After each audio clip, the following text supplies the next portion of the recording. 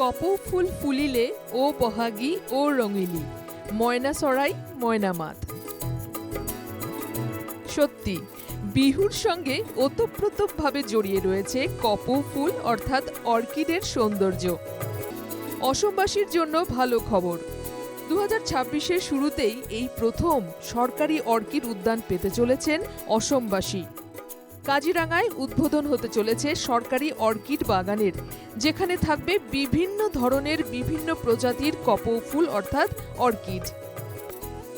উদ্যান নির্মাণের কাজ ইতিমধ্যেই প্রায় শেষ। উদ্যানটির উদ্বোধন করবেন খোদ অসমের মুখ্যমন্ত্রী ডক্টর হিমন্ত বিশ্ব শর্মা।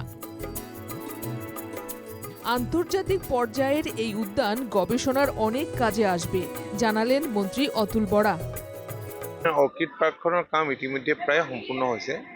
খুব সোনকালে ৰাইজৰ বাবে এখন মুকলি কৰি দিয়া হ'ব। মাননীয় মুখ্যমন্ত্ৰীয়ে এই অৰ্কিড পাৰ্কখনৰ অশ্লী শুভ উদ্বোধন কৰাৰ কথা। বহুত প্ৰজাতিৰ, অসংখ্য প্ৰজাতিৰ এখন আমাৰ দেশৰ ভিতৰতে এখন আটক ধুনীয়া আৰু যথেষ্ট সংখ্যক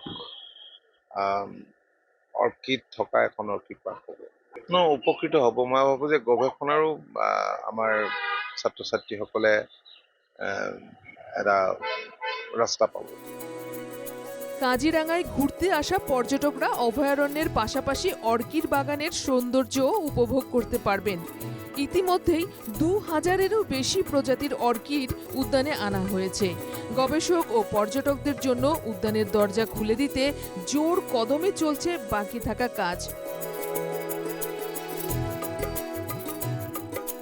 ব্যুরো রিপোর্ট, NKTV বাংলা।